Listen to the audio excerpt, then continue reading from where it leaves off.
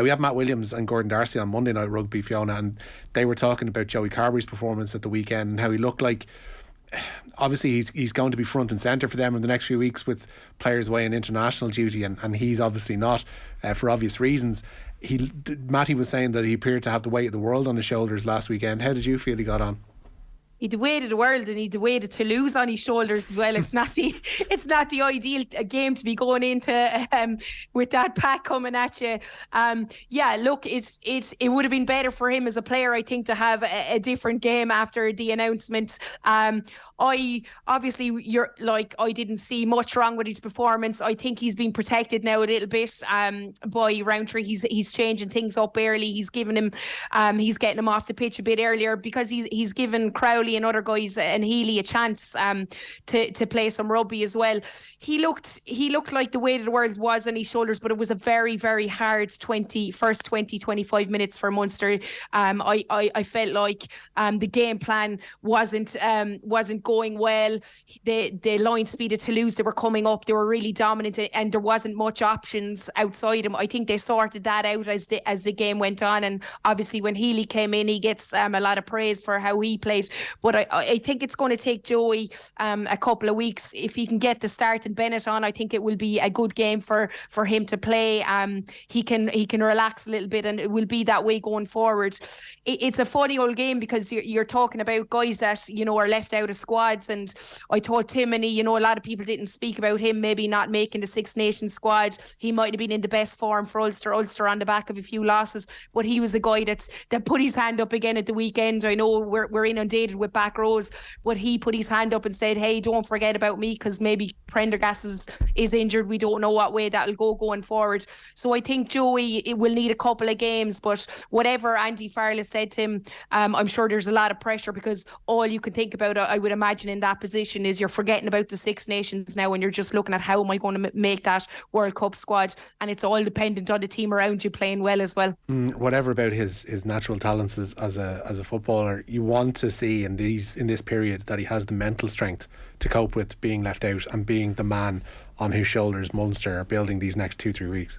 Yeah, he's never been under more pressure for his place, because Jack Crowley's off with Ireland, but Jack Crowley is being left on at the clutch moments of games when he's not. So he now knows that he has a real rival, and whatever protection being in Ireland starting in the 23 for Ireland gave him in the Munster setup is now gone. That Munster can probably pick freely when it comes to Crowley versus Carbery. So he needs to be the top guy in Munster. He needs to be the best performing out, which is the way it should be in every squad. If he's the best out half in Munster and he's producing it on a week on basis, then he'll keep his place. But he's never had this level of pressure put on him. He's never been under the scrutiny. He's been a good news story apart from his injuries, which I wouldn't discount at all. But think of it, he made his debut in Chicago. He's beaten the All Blacks 5 times.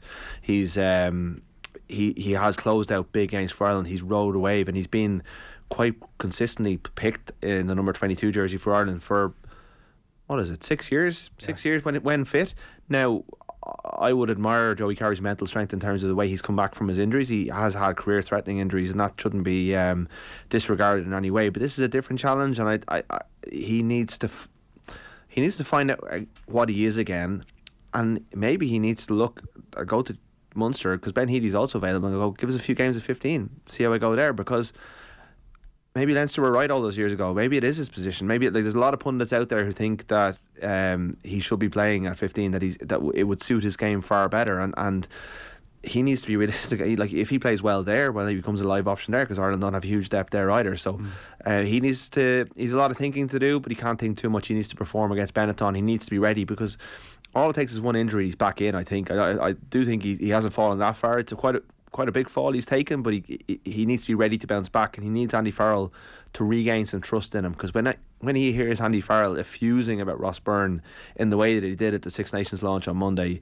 well, that would set alarm bells off for me if I was Joey Carbery, because suddenly Ross Byrne is the flavour of the month, and like Andy Farrell's barely mentioned Ross Byrne's name for 3 years, and suddenly he's waxing lyrical about everything he does.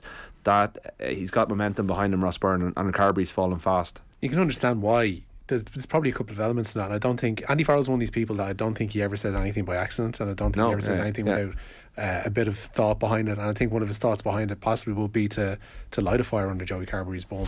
I think that's part of it, but it's so close to the World Cup that I think this is not. I've heard people say that this is kind of a message to Carbery that he needs to, but it's so close to the World Cup. I don't think you do it. I think if you're going to do that, you would have done it in November. I think he's lost some faith, and that Fiji game in November in particular, when you hear about what he talked about with Ross Byrne and how he came on against the Ospreys and calmed everything down, and he had this I got this kind of feel that he has, the fact that he's playing closer to the line, all the stuff that he criticised Ireland for in Fiji was being not playing fast enough, not imposing themselves on the game, and I think that cost Carbery an awful lot, and he's lost ground in that regard. Now he just needs to perform for Munster to try and regain that ground and be ready if the opening comes up again, but there's no guarantee at this point. There's only 8 more Ireland games until the World Cup. Yeah. Does that being a jack of all trades then, Fiona, or trying to become one and maybe operating a full back, does that work in his favour, or does that dilute what he's good at and what he can offer to the Ireland setup? Sometimes it can, but I don't think so in this case. I know people talk about him at fullback. I think for me, he's been playing a lot of rugby at 10. He doesn't look like a confident enough tackler at the minute. If I had him as my last man tackling in that line, so like if that's the way you're looking at it, if you were going that way, you'd have to get him game time at that. So I think in Andy Farrell's, he's only looking at him at a 10, and it's a basic thing of form. He's looked at the form. He hasn't liked what he's seen from Carbery. He's obviously spoke to him to go away and fix a few things. But I agree with Rory. I don't think it's as easy as that as it is just to light a fire up someone. I actually think he's putting his trust into Ross Byrne, and what's to say Ross Byrne comes on and kicks a couple of penalties against France and England to win the big games. I mean, you can't then not have him involved when it comes to summertime. So it's taking it out of Carbery's hands. Essentially, he's saying you're lost now in the pecking order. So look, I think if he can play consistently at 10, which he hasn't even been doing for Munster, it might make a difference. But I personally don't think. I think it's gone past that 15-10 debacle. I think you're just looking at him as people are looking at him as the 10, and he's just not in form. It's mad how things work out. You kind of think of that cheekbone injury suffered by Jonathan Sexton, and that opportunity to have a run of games for Ross Byrne maybe doesn't come about. And doesn't necessarily get to stamp his impression on Andy Farrell the way he has done in recent weeks.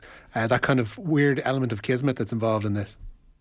Yeah, and it adds to it. I think one of his biggest moments, I suppose, was that kick against Australia. I think you just saw what he's like under pressure when you're going into a big World Cup that you are potentially favourites or up there favourites in the top 4 anyway of winning a World Cup. I think it's those guys you start to look more and more towards, the safe bets, the kicking options, because a lot of those big games will come down to 3, maybe 2 points in it. So it's those guys, and I think his kicking form, although he's playing great around the park, I think it's his kicking from tee that's really kind of got sewn it into Andy Farrell that he should be involved in the squad. I don't think you can underestimate how important that kick was. And if you think about, I mean, you mentioned luck in terms of Sexton breaking his cheekbone. Sexton was down to play that day, did hurt his hamstring or his calf in the warm-up. Jack Crowley gets called up. Ross Byrne had no family in the stadium. He wasn't supposed to be in the squad that week. He wasn't supposed to be in the match day 23. Suddenly he's coming off the bench against Australia, and he just says, I got this. And he nails it. And that was a tough kick and a tough night.